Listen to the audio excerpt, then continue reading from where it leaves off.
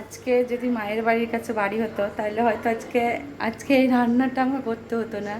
এখন রাত্রি 9:30 বাজছে, তো আমি রান্না বসেছি। তো হ্যালো ফ্রেন্ড, আসসালামু আলাইকুম। তো আজকে সকালবেলায় সকাল 8:30টার সময় আমরা বরযাত্রী গেছিলাম, বিয়েতে মালদা গিয়েছিলাম। সত্যি বলতে মায়ের বাড়ির কাছে থাকলে হয়তো আমার রান্না করে খেতে হতো না। যারা মায়ের বাড়ির কাছে আছো তারা খুব ভাগ্যবান।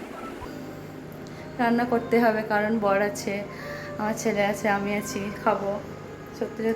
সত্যি বলতে মায়ের বাড়ির কাছে থাকা, সত্যি যাদের মায়ের বাড়ির কাছে বিয়ে হয়েছে তারা সত্যি খুব ভাগ্যবান বলতে গেলে। কিন্তু তবুও আমি ভালো আছি, দূরে আছি, ভালো আছি, সত্যি ভালো আছি। রান্না করে খাচ্ছি তো কী হয়েছে, একটু তো কষ্ট করতে হবে, তাই না বলো? এইটুকুন যদি আর সংসারের জন্য না করতে পারি তাহলে আমি সংসারের মেয়ে হলাম কী করে, তাই তো?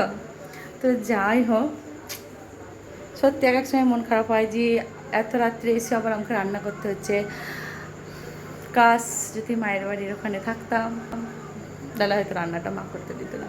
তো এখন কী রান্না করছি দেখো। রাত্রে এখানে হচ্ছে কাটা মশলার ডাল হবে, আর এখানে ভাত আর আলু দিয়ে দিচ্ছি আমি ভাতে।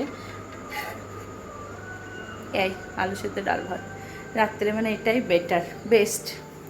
তো যাই হোক, তো কাদের কাদের মন খারাপ হয় যাদের দূরে বিয়ে হয়েছে প্লিজ কমেন্ট করে জানিও। আমার তো খুব মন খারাপ হয়, মাঝে মধ্যে হয়, কিন্তু আবার ঠিক হয়ে যায় যে না, দূরে থাকাটাও একটা খুব ভালো একটা কাজ। দূরে থাকা, আমি মনে করি দূরে থাকাও একটা ভালো। তো যাই হোক, আর কি বলবো, তোমরা কমেন্ট করে জানিও কাদের কাদের দূরে বিয়ে হয়েছে আর কাদের কাদের মন খারাপ করে মায়ের বাড়ি যাওয়ার জন্য। তো এখন সত্যি বলতে বাজছে 9:30।